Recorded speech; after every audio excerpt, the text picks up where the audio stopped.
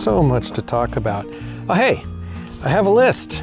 We're going to do an update on all the different things that have been going on with the bus, and it's going to go fast. And listen, if you have questions about any of the stuff that I've been doing, I hope that you'll leave a comment, and I'll make sure I go back and answer your queries on some of the details behind the items that you're going to see in this video, because they're going to go by pretty quick.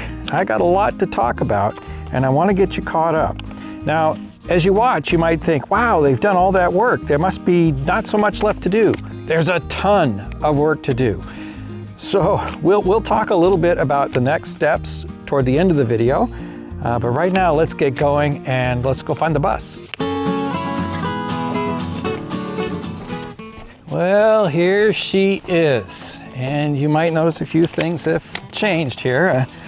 Like this green stuff, this is the start of the exterior coating that's going to go on the bus. And there's going to be different colors in different places in order to kind of keep it interesting. But the green, I wanted this coating on before I put in these giant windows so that there'd be a nice clean connection between the windows and the side of the bus. I wouldn't have to try to work around them or mask them off. And it turned out pretty well. So this exterior coating is a bed liner, pickup truck bed liner. And so it's kind of lumpy and coarse, but it's that way to give it some strength. And when I drive down Forest Service roads where the limbs are all sticking out on the road, it won't hurt this finish. This finish will withstand it without any problem. And I've actually tested that already, and it worked great. It worked great. You'll also notice there's a roof coating. That is a white elastomeric coating.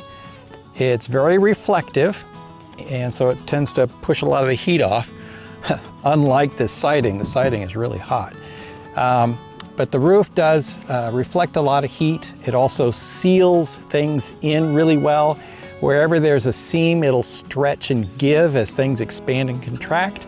So that is a great addition. When we worked on the roof, there used to be an emergency strobe light on the roof. And it is illegal to have that, or at least to have it so it can be enabled on the bus.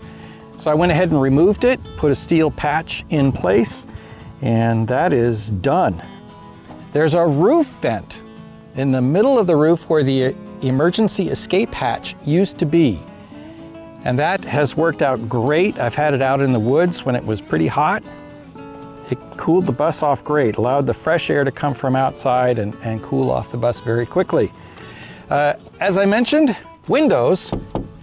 We have 4 windows that are new to the bus, 2 big ones in the front and 2 smaller ones over the bed.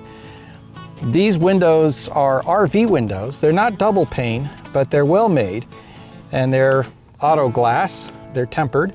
They got good screens in them so I can open them up, get fresh air, and not get a bunch of bugs. And they seem to do just fine going down the road. So I'm really pretty pleased with those. I had one person come up and ask me where I found a bus that had those kind of windows in it. They thought it came from a factory like that. And it's actually they're windows we put in. Let's talk about the lighting on the bus. You can see there's 2 orange lights still on the front of the bus. They look like they're the regular school bus lights, and they kind of sort of are, but they're not wired the same. They're actually connected to the turn signals on the bus. So if I'm making a turn, then the lights up top will mirror what the lights in the turn signals are doing.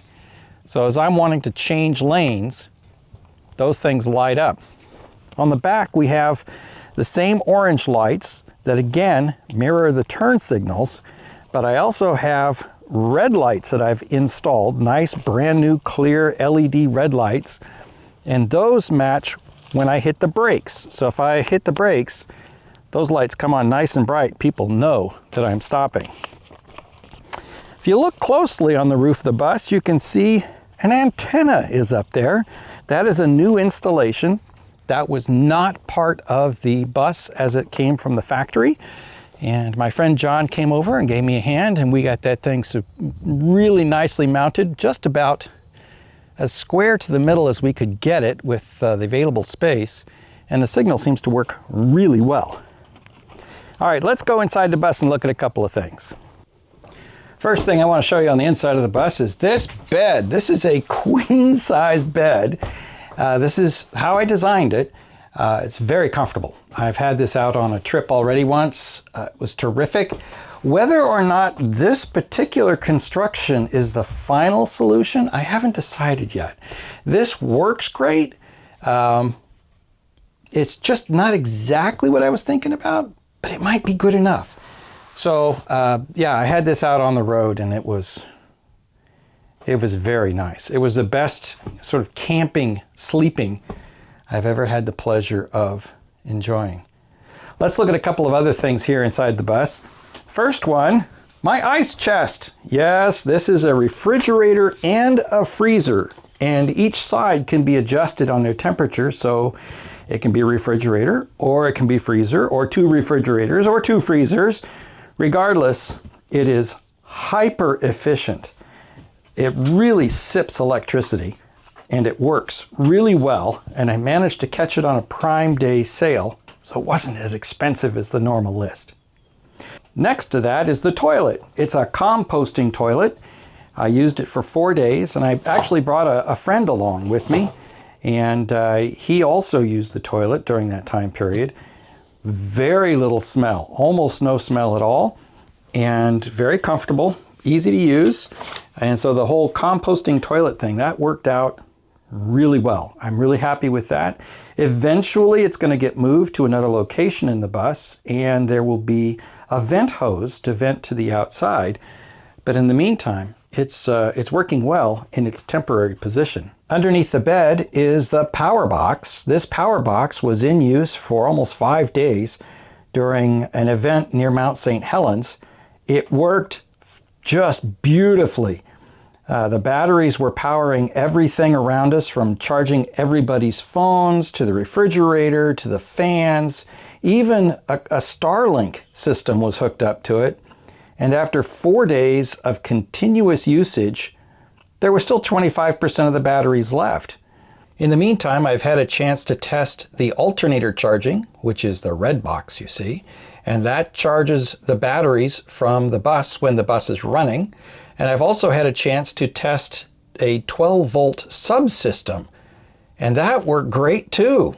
Prior to going out on my trip, I had a chance to at least temporarily install the bus navigation and entertainment system, which is the large screen you see in the dash here, which currently is showing Google Maps.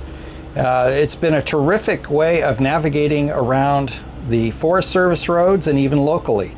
So this is running, and it has a whole bunch of different functions on it. It's kind of like having an Android phone built into the front of the dashboard, as well as it having an AM/FM radio built into it. So that has been very useful.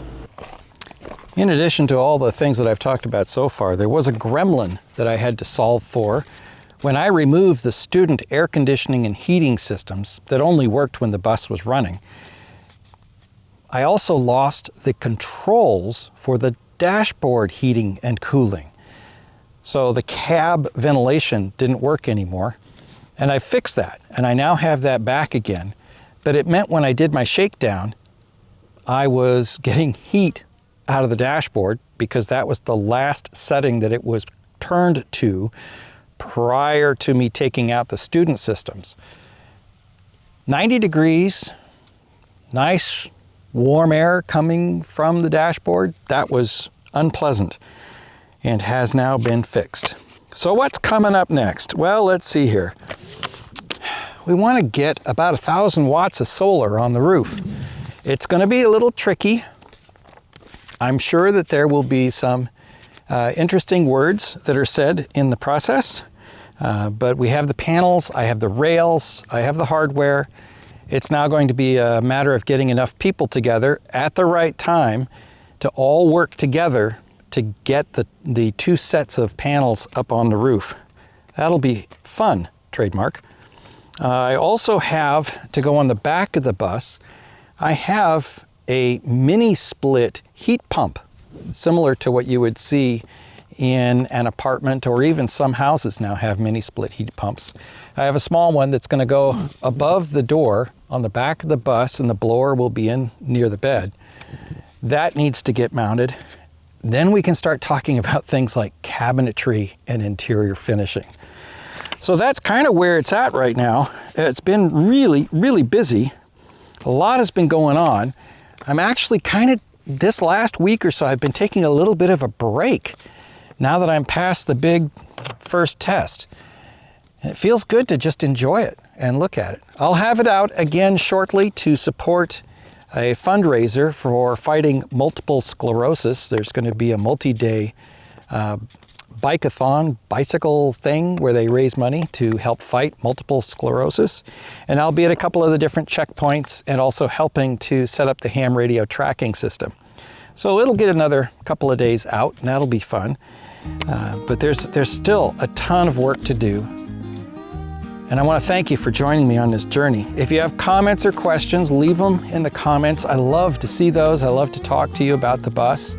If you're building your own bus, or maybe a van, or even like a utility trailer, something like that, I hope this video is encouraging to you.